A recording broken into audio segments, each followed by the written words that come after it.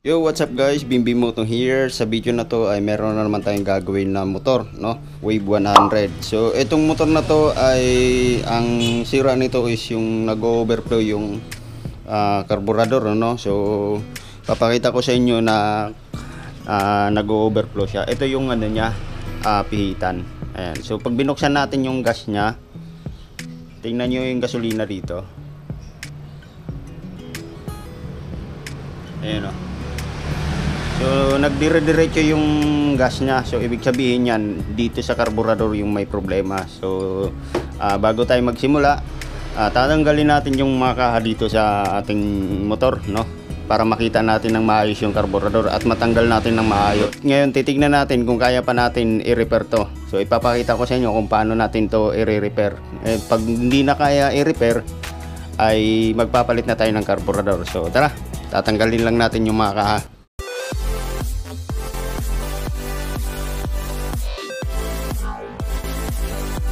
So yun guys, at natanggal na nga natin yung mga kaha. So ngayon ay makikita na natin yung carburetor.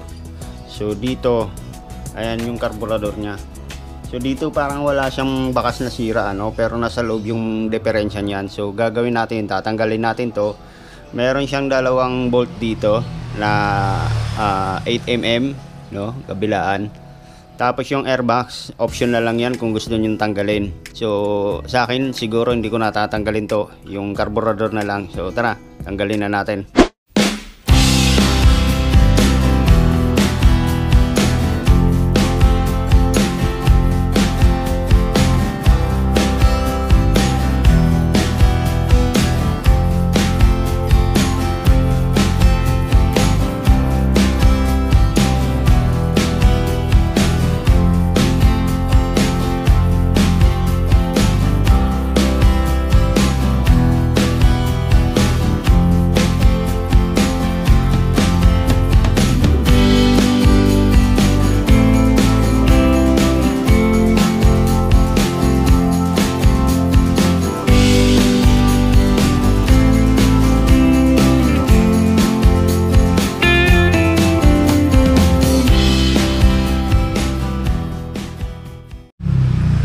So yun guys, at ito na yung carburetor, no. So ngayon ay i-check natin kung yung floater ba yung may sira o yung mismong karayom. So bago natin to tatanggalin o babaklasin, so titignan muna natin kung paano siya nag-overflow. So lalagyan natin to ng gasolina, no. Itong ano nya, yung lagayan ng gas nya, dudugtungan natin to ng hose, tapos maglalagay tayo ng gasolina. Ito para makita natin kung yung floater o yung karayom yung may diferensya. Okay, so ganito ang gagawin natin. Okay, so dito may hose na tayo at gasolina. So ang gagawin natin, ilalagay natin dito sa mismong lagay ng gasolina. Ayan, so intake ng gasolina. Ayan, so dito natin siya ilalagay yung hose. Ayan, so kapag nailagay na natin, buksan lang natin tong ating ano ng gasolina. Tapos ito yung overflow. So titignan natin kung paano siya mag-overflow. Ayan, so kapag nakaganyan siya, noon lalagyan lang natin ng gas, hindi siya nag-overflow. Ayan o. Pero kapag nandun na siya sa mismong makina, nagkakaroon na siya ng overflow. Pero dito sa lagay na to, sa sitwasyon na to, nilagyan natin ng gasolina, tapos pinadaloy natin dito sa carburetor, ayaw niya mag-overflow, no? No? Kalug-kalugin natin, ayaw niya mag-overflow. Okay, so bubuksan na natin, baka nandito nga sa loob yung may problema, kasi ayaw niya pag nilagyan natin siya ng gasolina na ganyan, ayaw niya mag-overflow. Ayan o, kahit anong gawin natin, ayaw niya talaga mag-overflow. Pero may gas na yan. Okay, so gagawin natin, ayusin na lang natin yung loob na ito. Titignan natin kung palitin ba yung karayom. Okay, so bubuksan na natin to.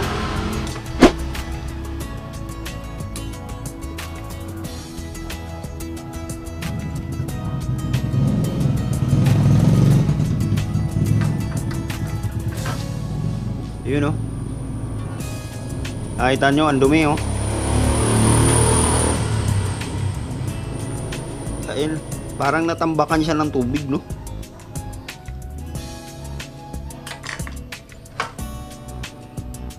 Tapos ito, tingin ko yung ano talaga may problema, yung floater, yung karayom. So hindi natin siya pwedeng i-adjust dahil plastic yung floater niya. Ayan. Parang may halo na siyang tubig kaya naipon yung tubig sa ibaba at yan namuo yung ano. Yan namuo yung parang lumot. Okay, so lilinisin lang natin to tapos i-check natin yung karayom kung goods o palitin na talaga. Okay? So yun guys, yun yung dumi ng ating carburetor, no? Napasukan na siya ng tubig kaya yung dumi, ayan oh, kung napapansin nyo. Ayan oh, namumuo na yung tubig dyan, no? Ayan. So ibig sabihin yan, pinasok na ng tubig yung carburetor tapos in-standby nila. Kaya yun ang nangyayari, ganyan namumuo na parang na siyang may lumot. Ayan. Tapos ito na yung ano, bagong linis ng carburetor natin, no? Maayos na. So wala na siyang dumi. At ngayon ay sa tingin ko yung floater okay naman. Tapos yung sa karayom wala naman akong nakitang problema, no? Wala naman siyang punit o kaya wala naman siyang bakas na sira. So baka pwede pa natin tong gamitin ulit. Ngayon kapag nag-overflow pa rin siya, ito na yung problema. Okay, so bali papalitan na lang to. Pero sa ngayon ay hindi ko muna siya papalitan dahil itetest natin siya ulit dahil nakita natin yung dumi na nandyan. Ayan, so yun yung dumi na nandun sa loob ng carburetor sa mismong baso. So siguro yung lumot, yun yung bumabara dito sa ano, sa karayom kaya hindi nakakasarado ng maayos yung ating floater. At hindi siya nakakapigil ng gas, no? Kaya ang nangyayari, diretso pa rin yung gas. Okay? So ngayon ay bubuuhin na natin to ulit at itetest na natin kung mag-overflow pa rin siya. Okay? Let's go. Okay, so una natin gagawin, nakita niyo itong floater na to. May sa floater natin isusuksok natin dito sa ilalim. Yan. Okay? Ganyan. Tapos sunod, mismong yung top ng carburetor natin, ipapasok natin yung karayom. Yan, parang ganito. Yan, so ganyan siya. Tapos yung mismong pin. Ayan, so wag nating kalimutan yung pin para hindi matanggal yung karayom dyan. Ayan. Papasok lang natin. Ayan, so ganyan. So dapat yung floater maglalaro siya ng ganyan, no? Okay, kasi pag nag-ano na siya ng gas, ganyan, sumasara na siya pag ganyan. Okay, so dapat ganyan yung laro ng floater. Tapos sunod natin na ibalik yung ating baso. Baso tawag na ito sa iba, no? Baso talagang tawag nila dyan kasi ito yung dito naiipon yung gasolina. And so yung pagbalik natin dito, itong butas na to itatapat natin dito sa butas na to. Yan, yung butas na yan. Tsaka itong butas na to dahil ito yung ano ng gasolina. Ayan, parang ganyan. Ayan. So pagka okay na yan, naipasok na natin, pwede na natin itong tornilyuhin. So dalawa lang naman yung tornilyo dyan. Okay? So yun guys, okay na yung ating carburetor, nabuo na natin. Ngayon ay ibabalik na natin dito sa makina at ititest na natin kung nag-overflow pa rin siya. Okay? So yun, bago natin to ikabit, kung bago ka lang dito sa aking channel, huwag mong kalimutan mag-subscribe. At pindutin mo na rin yung notification bell para updated ka sa susunod natin na mga DIY. At syempre, i-like mo na rin tong video na to kapag nagustuhan mo. So yun, ikakabit lang natin to tapos itetest na natin.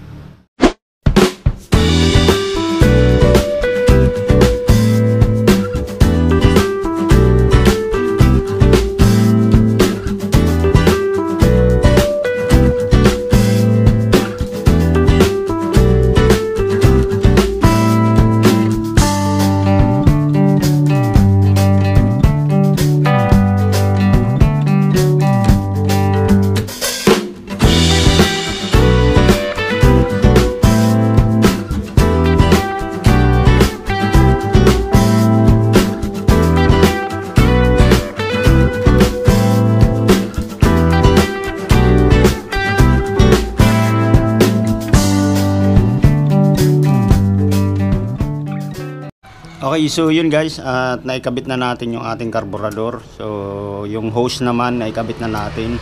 So ngayon titignan natin kung mag-overflow pa. So ito yung butas sa ibaba, ayan. So titignan natin kapag may lumalabas pa rin ng gasolina kapag binuksan natin to, okay? So dapat wala nang lumalabas dyan.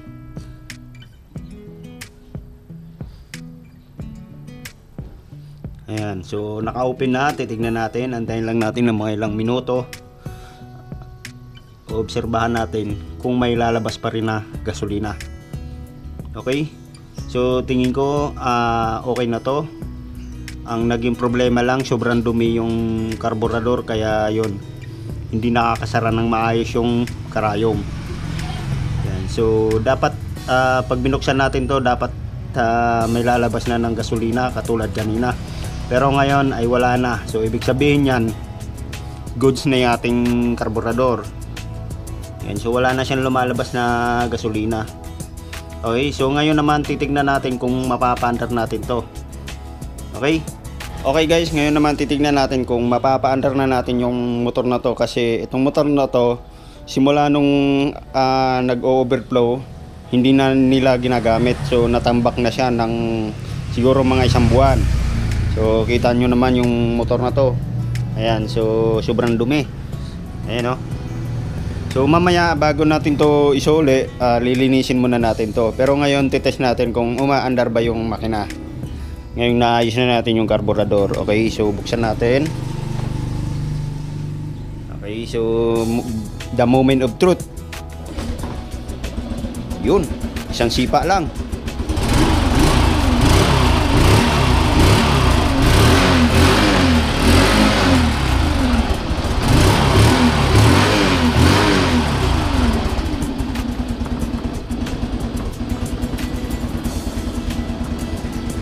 Ayan. So okay na guys. At umaandar na siya. No? At hindi na rin nagkaroon ng overflow. Ayan, so patayin muna natin. So yan, hindi na nagkaroon ng overflow, ibig sabihin yan okay na yung ating karburador. Maayos na, malinis na. At wala nang problema. So bago natin to isole, bubuhin muna natin tong kaha. Tapos lilinisin na rin natin para maayos naman yung ating gawa. Okay? So pagbalik naman ng kaha, kung ano lang yung tinanggal natin, kung paano natin siya tinanggal, i-reverse lang din natin sa pagbalik. Okay, so hindi ko na ipapakita sa inyo kung paano to bubuhin ulit yung kaha, dahil hindi naman natin yung target, dahil ang target natin yung overflow. Okay, so yun lang guys. At huwag nyo kalimutang i-like yung video na to, at ingat po tayo sa pag-DIY. Bye bye.